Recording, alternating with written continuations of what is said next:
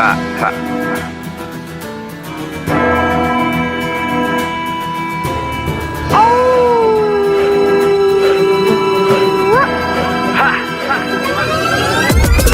and swords, feel the wars, fighting my blood down to the core. Warriors from medieval age, fear the reign of night brigades. Crusades into the room, moving through the temples and tombs. Scared and placed, prepare to face Professor Awesome and the minions of doom. Professor Awesome and the minions of doom. Professor Awesome and the minions of doom. Professor Awesome and the minions of doom. Professor Awesome and the minions of doom. Professor Awesome and the minions of doom. The truth is, I think, that every student knows that they should be revising their papers. You know, real professional writers, expert writers, experienced writers, we all know that the most important thing is not the first draft, it's the revision. But most of the time, students who revise their papers will simply look for some grammar errors or spelling errors, some egregious surface errors, and they will then say, well, I guess that's good enough.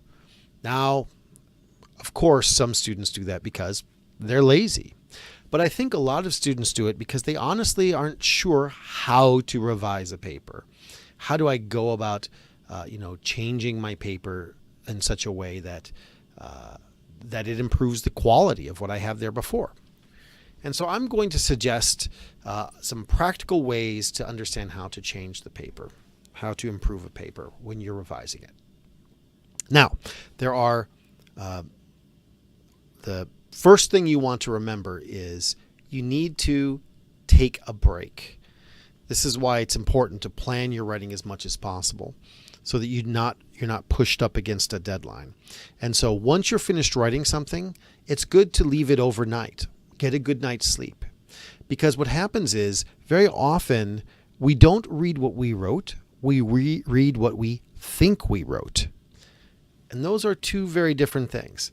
So whenever I find an article or something that I've written and sometimes published years ago and I reread it, it seems very strange to me. Sometimes I'm embarrassed by it. I think, oh my gosh, I can't believe I wrote something so stupid.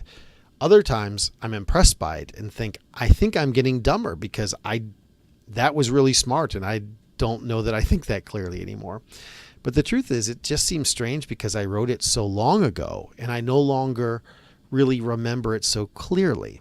And this is what you need to try to do with your own writing, is make it look strange so you can see it with fresh eyes. So what you're going to do is, if you can, you're going to leave it aside overnight so you can sleep, and then every time you do one of these revisions I talk about, you're going to want to try to give it some time, do no more than one revision a day if you can. So how do you do it? Well, you want to start off with the big issues and only later get your way down to the small issues. You want to do a kind of inverted triangle, right? The big issues on top and the small issues later on at the bottom. Because it doesn't make any sense to fix a spelling error in a sentence that you're just going to delete anyway, because the sentence itself doesn't make sense, right? So how do we go about doing this? Well, the first time, of course, you get some sleep and then you reread it. And then you want to ask yourself what we consider whole paper issues. And the whole paper issues are things like, does this still mean what I thought it meant, right? Do I still agree with what I wrote here? The process of writing is also a thinking process. And so sometimes you can change your mind while you're writing. If you change your mind, then change it. So then you're going to want to examine the structure. And I think it can be very hard for inexperienced writers to know what the structure of their paper is. And so what I will recommend to inexperienced writers is go into the introductory paragraph and underline your thesis statement. Just underline your thesis statement. And then go into every body paragraph and find the topic sentence of that paragraph, the one sentence that is the main topic of the paragraph, and underline that sentence. Now, if you can't find that, you know you have a problem. But you will underline the topic sentence of each body paragraph. And then when you're done, what you should be able to see is an outline of the paper. Not the outline you had when you planned the paper, but the outline that you have of the paper that you actually wrote. The thesis statement, and then each topic sentence is basically each main point you're going through. And that acts as a kind of x-ray for your paper so that you can see the bones of your paper and you can see, oh, am I making the same point twice? Am I missing a point? Do I have a point that actually doesn't fit the thesis so well? Okay. When you do that, this can really help you work on structure issues that can be very difficult for inexperienced writers to see. And so you're looking at those big issues, those whole paper issues. Okay. And then you want to go through every topic sentence and ask yourself, does this still fit my thesis? Does this support my thesis? Okay. And then if you can, you want to put your paper aside for another day. And then come back the next day and you're going to read it again, but this time you're not going to read it from front to back. Instead, you're going to start with the last paragraph and then read the paragraph before that and the paragraph before that and the paragraph before that. You're going to read it backward, paragraph by paragraph.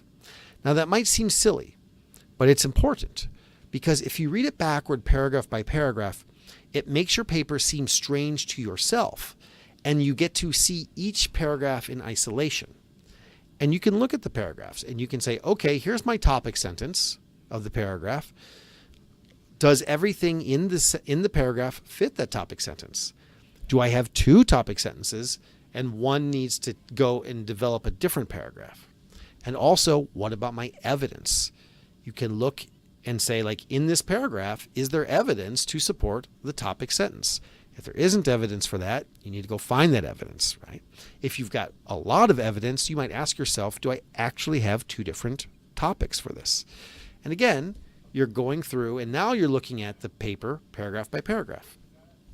So when you're done with that and you feel pretty confident that you've got evidence, that your paragraphs make sense, then if you can, you're going to take time to put it aside again. Give yourself another day, right? I would say really good revisions can't be done in anything less than 3 days and often more.